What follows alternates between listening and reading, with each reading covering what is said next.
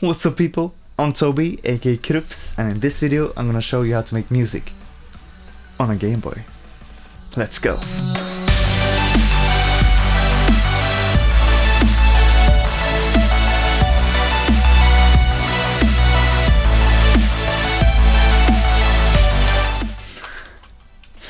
Ah yes, the Game Boy! What a fine machine this is! Before we had cell phones powerful enough to play friggin' Xbox games, these were the only way most of us got our gaming on the move. I have fond memories of playing my Game Boy on road trips, holidays, or late at night when I'm supposed to be asleep. Last week. This right here is my childhood Game Boy Color. But the first Game Boy I got was this one, a Game Boy Pocket, when I was about 5 years old or something. Look at it, it still looks kind of sleek, right? And I also have this guy, the original Game Boy Brick, and I got it from my uncle a few years later. These machines are dear to me, but perhaps like some of you, mine has been sitting in boxes for years, maybe even decades, and I got nostalgic and dug them out and started to tinker with them. And after playing around with them for a little bit, I came to realize that as gaming devices, they're pretty terrible. The screens are awful, and they run on like these batteries, which are also pretty awful. So the gaming experience hasn't aged perfectly well. Personally, I think the games are kind of fun still, but I would rather play them on like a Game Boy Advance, DS, or like an emulator on my phone, So I got to thinking, it's such a shame that these machines are just waste, pretty much, or like collector's items. They are supposed to be used in some way. And while I had heard of Chiptune, I wondered if there was any way that I could use the Game Boy as like an instrument, In my sound or in my music, I've been tinkering a lot with like bitty, chippy sounds, but not like actual hardware wise, but more like with VSTs and emulators. So I started researching how to make music on the Game Boy, and it turns out there are several music making apps for the Game Boy. Software that will turn your Game Boy into potentially full-fledged composing devices. One of these apps are called Nanoloop, and I don't have it, but it's also available for the iPhone.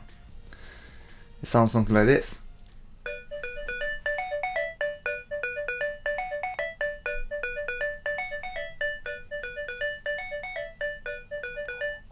Truly, my finest work. But the program we're checking out today is called LSDj, or Little Sound DJ.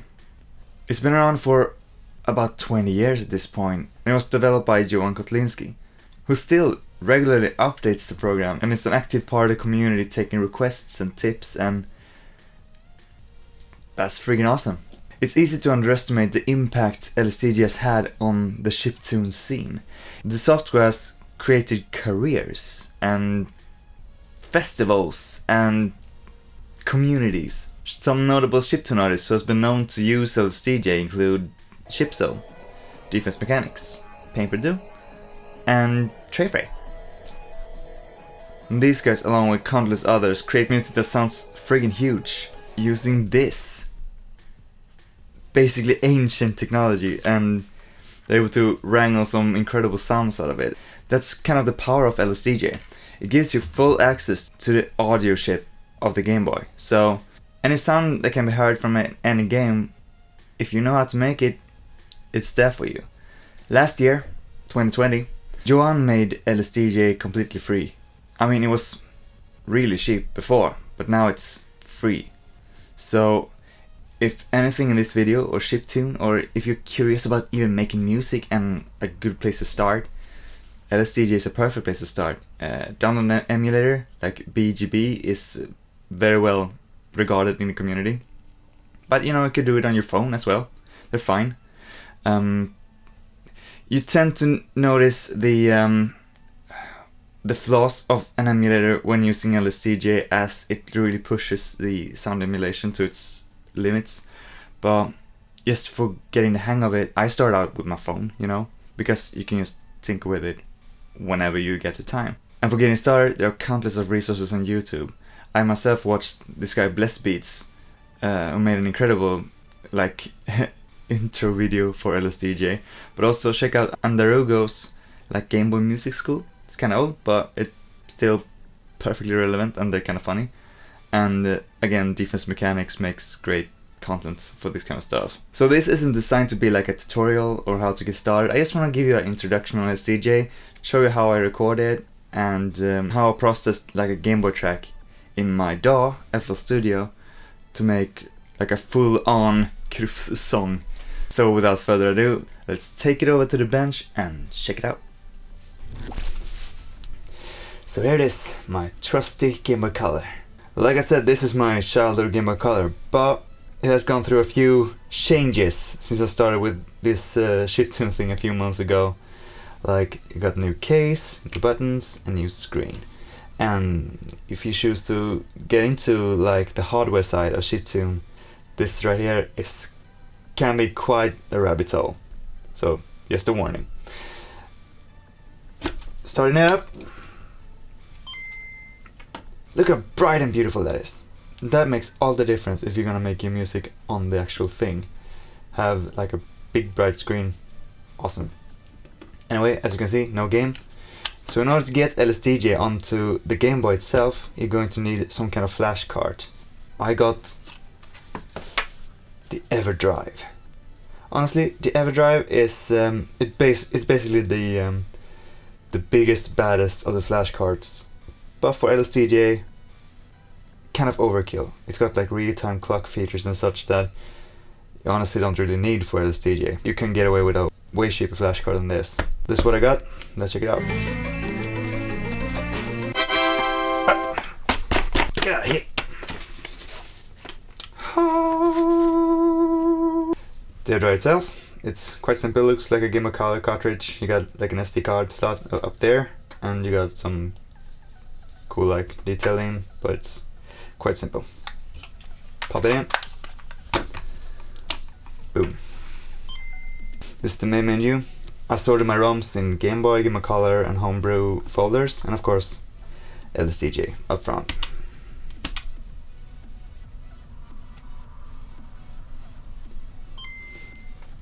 So in order to relay like the sound properly to you, I'm gonna plug it in. Some people opt to mod the Game Boy so they got like all kinds of cool outputs and such, but I use the stock headphone output. It's just fine. There's a guide made by Chiptune Tech on how to like mod the Game Boy Color so that the headphone jack will be noiseless, and that's awesome for recording and such. They tend to be kind of noisy, these old systems, so that makes a huge difference. And here you are. This is LSDj. It might look a bit daunting at first, but it's actually quite simple. The Game Boy is capable of 4 audio channels.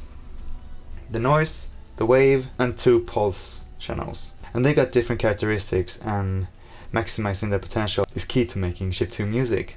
So the pulse channels, they are your typical like Game Boy sounds, the bleeps and the bloops. The noise channel are just different kind of noise. It's actually quite powerful. It's used a lot for like percussive elements, and you know, in game it's used a lot for sound effects and such. And the wave channel, this is kind of the secret weapon of the Game Boy sound chip. The wave channel is capable of being either a waveform synthesizer or a sample player. Other than that, you got your song tempo here. You got the like the beats on each side. They're sorted into 4, so it's easier to so it's easier for you to get like an overview. And in this corner you got like the map.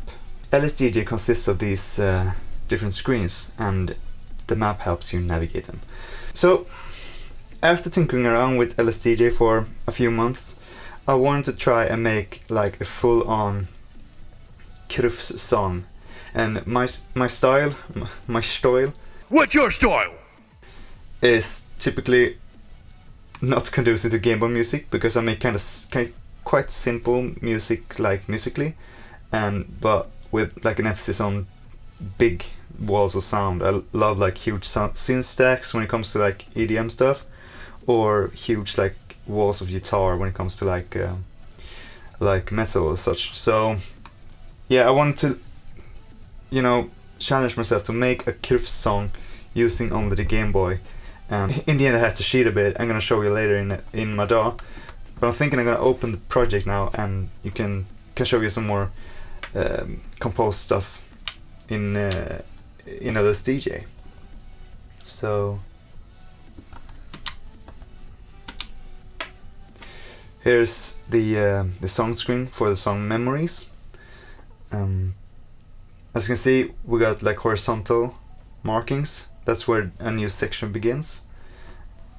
And as you can see, all the tracks are filled, but some are filled with these zeros. They are empty. So even if just for making it easier to like play back within the Game Boy, I just filled the empty spots with zeros instead of, you know. Let's check out the noise and wave channels and see what they are capable of.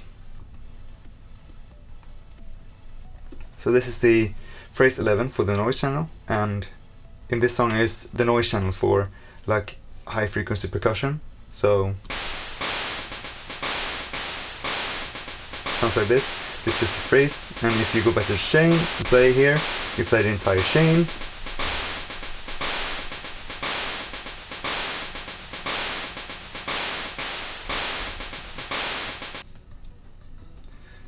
It's a few different instruments with different purpose, but as you can hear, the noise channel is capable of covering quite a bit of the drum kit. I also usually use it for like soft kicks, so when it comes to this part.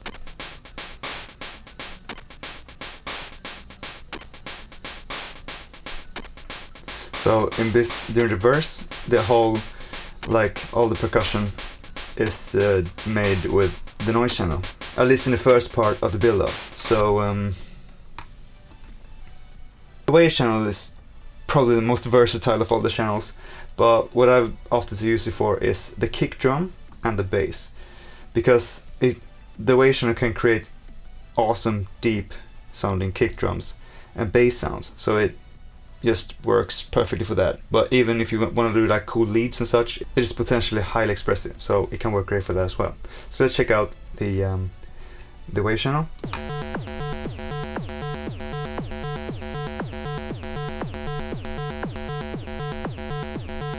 So, since these channels are monophonic, you can't really play more than one note at a time, and that goes for instruments as well. So you can see I got the kick, and then I got like the bass right afterwards. The instrument 0 is the kick, and the instrument 3 is the bass. And this almost creates like a sidechain effect, because this is something I would almost want to do anyway in my DAW. So this is how you're gonna have to work with LSDj. You got limited space, so you're gonna have to cram everything in there wherever it fits, you know? So let's check out my pulse channels as well. Pulse 2, I use that for chords, because the lack of a sweep makes it less expressive, potentially. Chords aren't really possible in within one channel of LSDj or on the Game Boy, but this chord command cheats that. So it allows you to, if I remove the chord command, the instrument itself is just like a bleep bloop. But adding a chord command and setting it to play like the octave, then you're able to play. It's typically a quick arp throughout the notes that you define, and it allows you to play something that sounds or feels like chords. And lastly, my pulse 1 channel. This is my lead. But as you can hear, I also got like chords in there.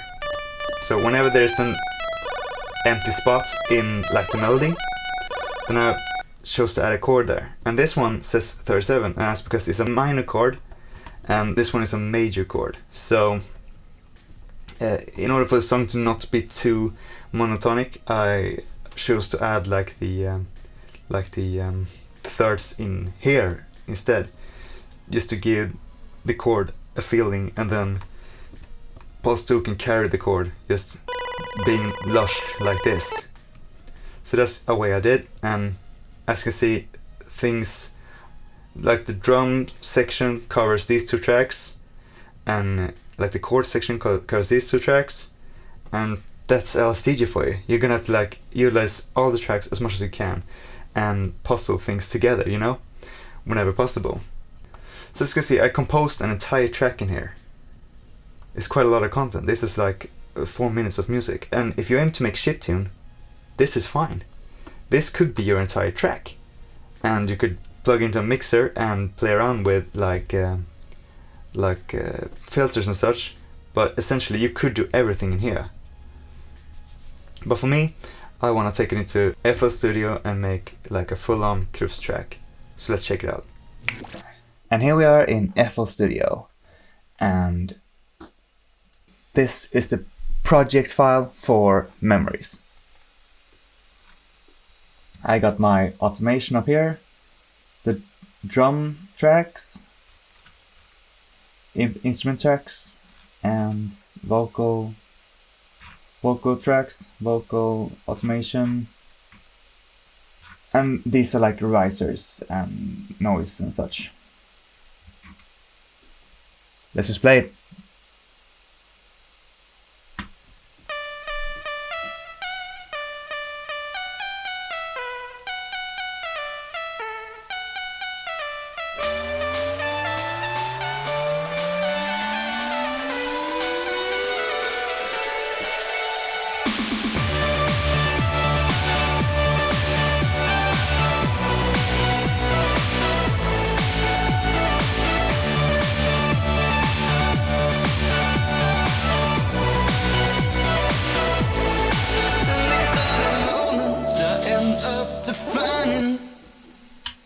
There it is. Sounds pretty big, right? And it's about 70% Gameboy sounds.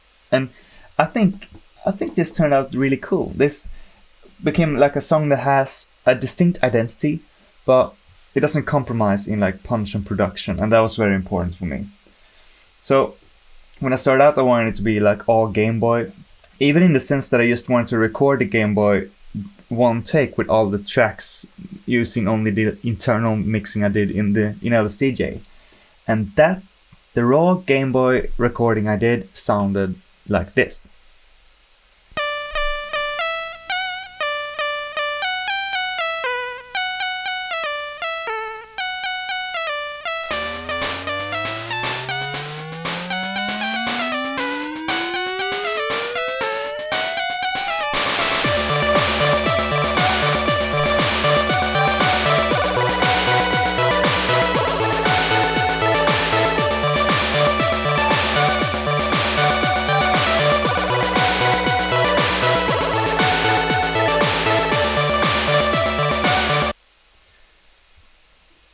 That's pretty cool, right? That's my recording from LSDj. And I thought adding a reverb to that, tried mixing it a little bit, adding like limiters and stuff, and that would be enough, and I could just add things on top. But I quickly realized that this made the song suffer a whole lot, and comparing it with my old stuff, it just felt kind of weak. So I opted for a more like conventional mixing procedure, in that I soloed out all the channels from the Gameboy, and then I cut them up into mixer tracks and mixed them like a conventional song. So, because if you press B, select B in the song menu, you can solo a channel. So I did that on all 4 channels and record them one each. And then I cut them up like the kicks into its own mixer track, the snare, the hi-hat, and so on and so on. And what I got here is, like for example, the kick track is kind of interesting because in LSDj, the kick track is, like I showed you, the wave. So it shares a track with the bass. So if I solo that out,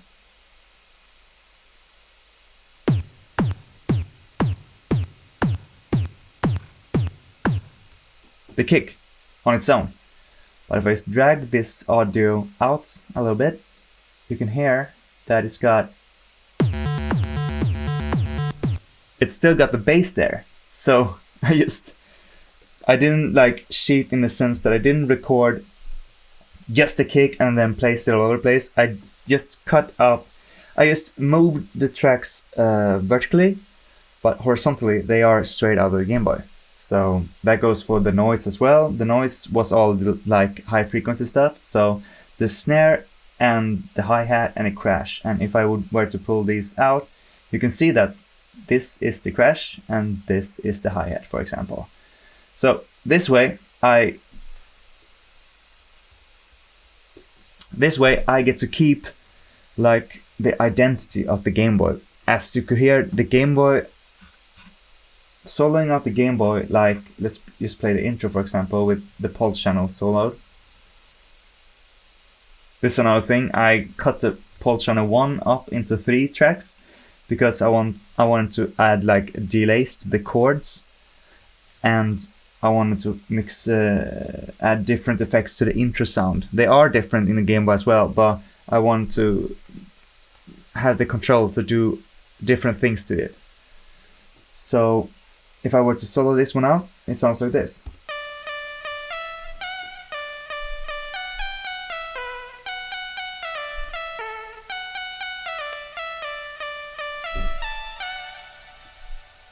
So you can hear that it's got a little noise rumbling in there. It's got like snaps and crackles whenever a note stops. And when you're mixing a song, it's easy to clean that stuff up. But to me, that just adds to the authenticity of the track. This is a hardware quirk from the Game Boy, and these kind of things makes it sound real. This is what gives it its character. So in a sense, while I cheated a bit and mixed these, so as you can see, the pulse chords are not maxed out to the left, they're just a little bit, and the Game Boy can't do that. So in a way, I've already cheated the system here, but at least if I can maintain some of the identifiable quirks of the Game Boy, that will retain some of the character and the charm and the reason why I would record that. Because ultimately, what made me want to do this song is that I think the Game Boy sounds cool. I like that aesthetic. It's nostalgic to me, but it's also surprising how this old system can produce sounds that are so iconic and fun to me. But at the same time, I felt like I didn't want the Game Boy thing to be like a crutch for the song. I wanted to embrace this aesthetic, but make a song that's still worthy to stand next to all the other songs in my library. I didn't want this song to be like a weak point. I wanted this song to sound as big as anything else that uses modern VSTs, and that's a tall order for a Game Boy, and that's why I had to do some magic to make it sound as big as possible. As you could hear from the raw track, I did a few risers in like a noise and like a tonal riser in within LSDj as well. But I added some like noisy and things, just because those kind of sounds make the song a little bit more interesting, and you want white noise to go like in and out in the song to keep it dynamic.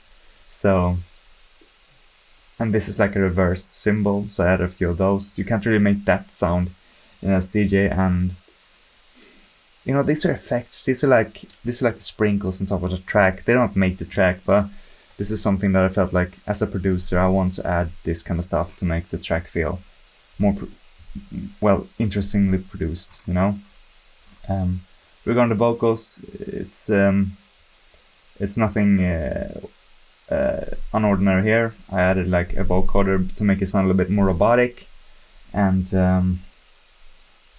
the chorus has a stack of harmonies, but it's just kind of boilerplate stuff. So the bridge is kind of funny because we try to emulate like a choir. So I got my girlfriend to sing, so make the so we got 3 takes each. So in order to make it sound like big and almost churchy, you know, I wanted that kind of sound. That's a bit different, but otherwise it's quite standard lyric vocal stuff. And these are my mixing automations, and they are like, for the verse I do like a low pass filter, and then I animate it so that the verse becomes more bright as we go toward the drop. So and as well I used a plugin called Endless Smile. It's kind of fun. It's in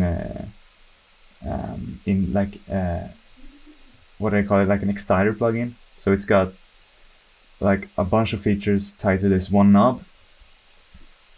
You got like filters and reverbs and that kind of stuff, but it's just the one knob, and you can adjust it for how pronounced you want it to be. I got the lowest setting. I want it to be kind of discreet, but it's a way to add some excitement to a track. So if I play the song, you see he'll get happier. And then he goes sad when the knob is down to the bottom. So it's kind of funny that when the song actually kicks in, he gets sad. So anyway, I think that's it for this mix. I think this was a pretty cool way to work with the Gameboy. Record each track separately, split them up as if you were to mix any other track, and then that will help you greatly to make the Gameboy sound big. If there's anything else you want to know about this mix, or how to mix like in general, then just write it in the comments and I'll answer it if I can. Otherwise, I think we're done here. Oh, and as a little bonus, if you're interested in just incorporating a few of these chiptune elements into your own tracks, but you don't want to commit to learning a new piece of software or getting like hardware or emulator and that kind of stuff, you can just dip your toe in using VSTs. There are quite a few resources out there to make these kind of sounds just within your DAW or your conventional music production setup. For example, Impact Soundworks released something called Super Audio Carts, which is like emulations of classic game console audio chips. So they got like SNES and Mega Drive sampled contact instruments that actually sounds really convincing and cool. And as a freebie, they released Super Audio Boy, which happens to be a Game Boy emulator / sampler. So here's an example of it. And you manipulate sounds almost like you do in LSDj. You can select how, if you want to use like a pulse channel or wave or noise channels, and what duty cycle you want on the pulse channels, like 12.5, 50, right? It's sounds kind of similar, and they have these presets to get you inspired and see how much can be done using just Super Audio Boy in Contact. This sound, for example.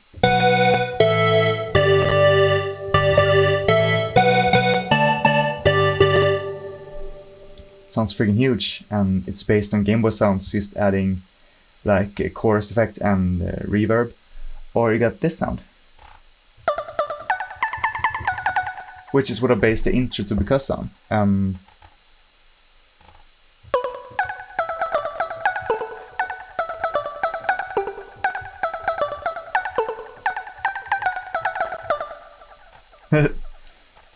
Sounds really cool.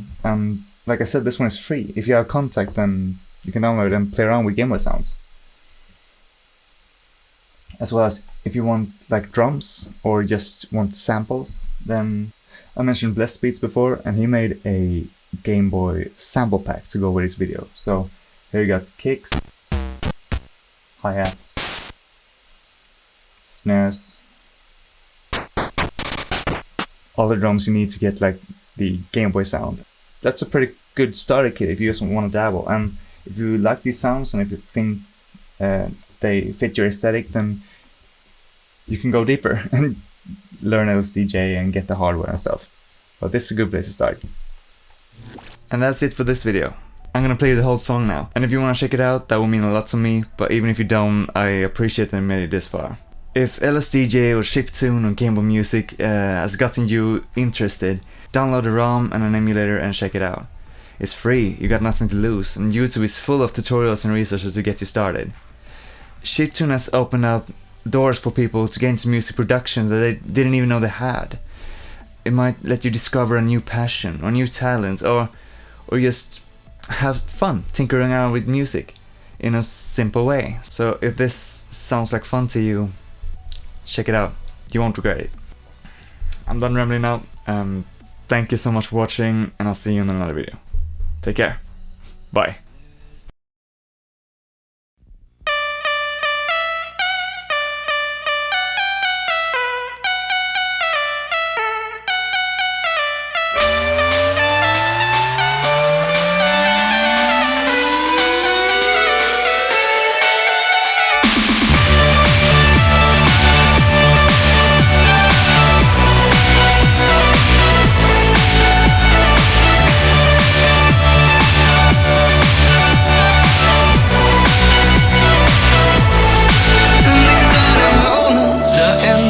Defining or break us, so different yet so much the same. We got connection, you feel it, the better as we feel it when